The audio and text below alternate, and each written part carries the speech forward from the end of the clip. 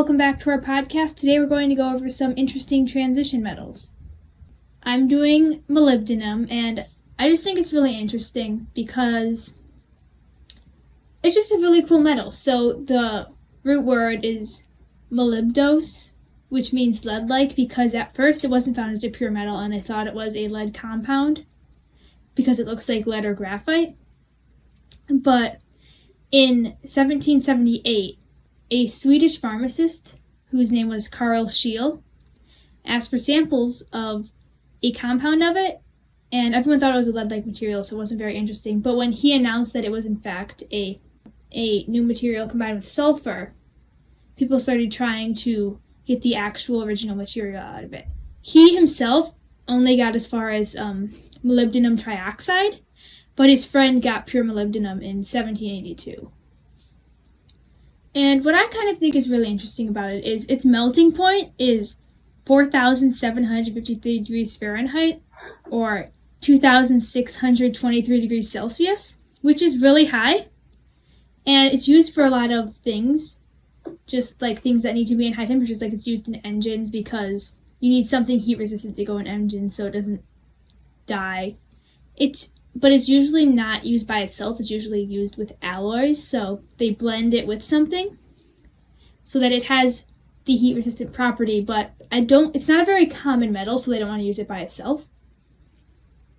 And then it's possibly, I don't know if this is actually true, but I heard that it's used in paints and dyes to make them fireproof, but I don't know if that's actually true. And what's also cool is it's this really cool metal that has a really high melting point, and it's just like, it's a metal, but it's also necessary to survive. Like, if there's no molybdenum in the soil, plants cannot grow in it, and humans need small amounts of it, like very small amounts, but it's still necessary. And I just thought that was really cool because you think it's a metal, it's very metally, it's used in engines and things like that, and you don't tend to really think that it's also necessary for survival. Some other things that it's used for is fertilizers. It's used for because plants need it. It's also used in paints and dyes, like to paint the surface of boats for.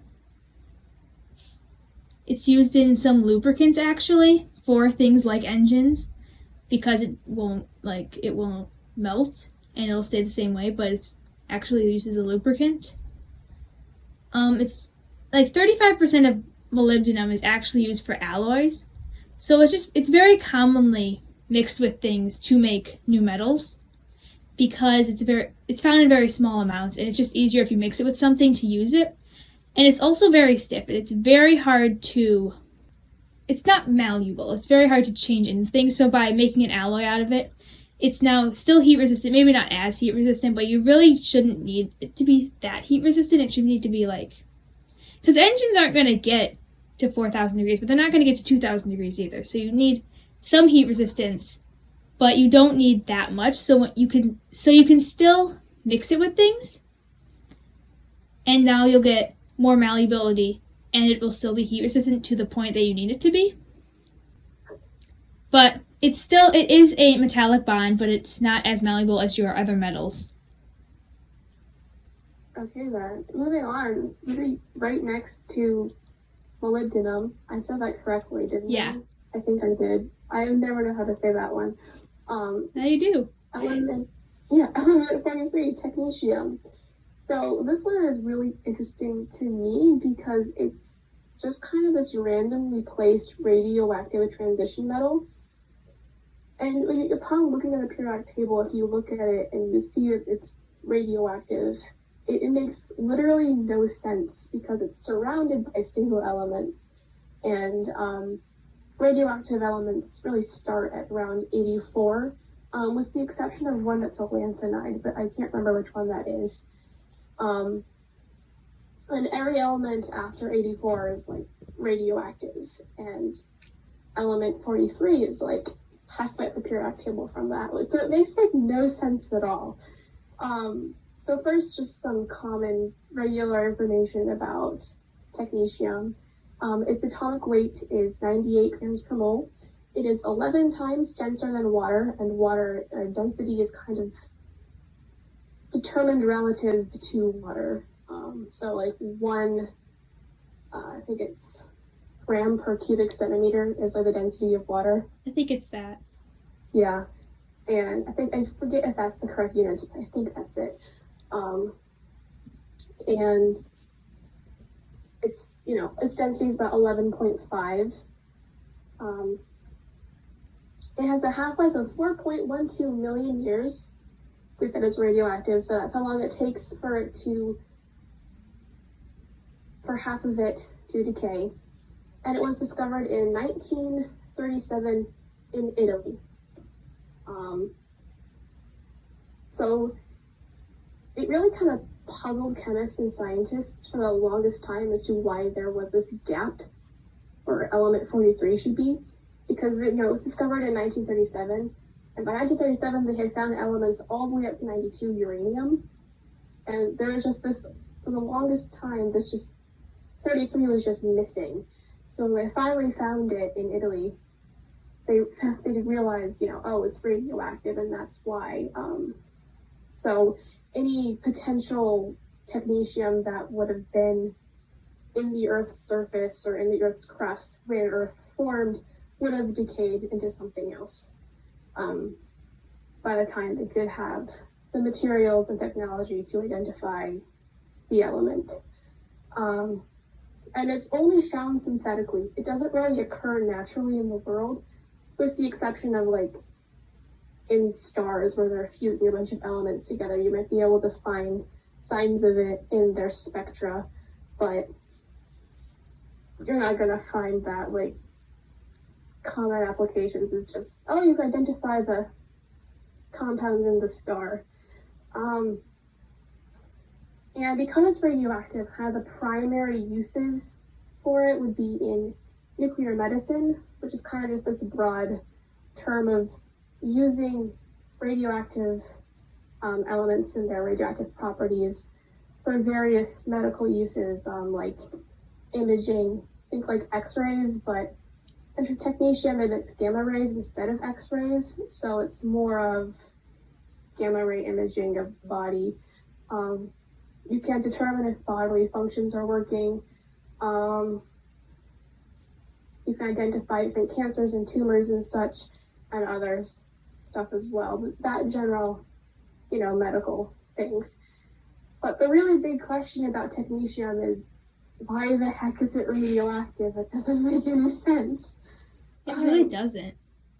Yeah, like I remember the first time I saw that technetium, I had this mini periodic table and I was highlighting all of the synthetic elements, and there was just this random one, the transition metals, and I didn't trust it. So I was like, what doesn't make sense? What's going on?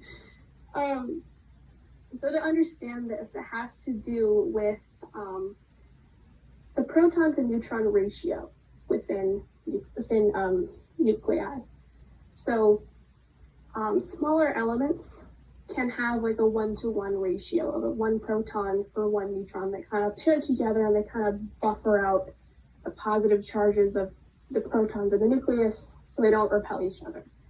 But as you get larger elements, the radius and the volume of the nucleus will increase as you have more protons in there.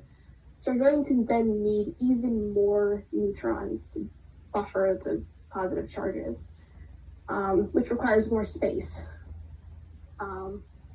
Additionally, there's this other factor, which is if you have an even number of protons or an even number of neutrons, that can also affect the stability if you have even or odd. So again, it has to do with the ratio of protons to neutrons. I'm going to be saying a lot of things that's like a lot of the same words in different order now to try and explain this, so just bear with me for a second. If you have if we have an element with an even number of protons with an even number of neutrons, then they can still have that, each proton can have kind of the same number of neutrons to pair with it. So that creates a more, pretty much, that's like the most stable type of element if you have even protons and even neutrons. If you have even protons and an odd number of neutrons, your chances of stability decrease slightly. But if you have odd protons, that decreases even more because you don't have an even number. So you can have odd protons. I'm fixing myself up here. Bear with me again. If you have an odd number of protons and even number of neutrons, that's still, even though you have even neutrons, because you have odd protons, it's technically less stable than having any type of even to odd proton. Oh my god, this is so hard to explain. So is it like having an odd number of protons and an even number of neutrons is still less likely to be stable than an even number of protons with an odd number of neutrons? Yeah. So it's just very unlikely. I'm not saying it very well, I think. That's why there's two of us. So if one of us gets confused, the other one can say something. Yeah, okay. Yeah, and then if you have both odd, so odd protons and odd neutrons, then again, chances of instability increases yet again. You can still have stable elements with those, but there are less of them that exist in the periodic table, and you'll be able to find less of them. And typically they're lighter elements, so they still kind of have like a 1-to-1 ratio. Technetium, our special little element, falls into the odd protons and odd neutrons category.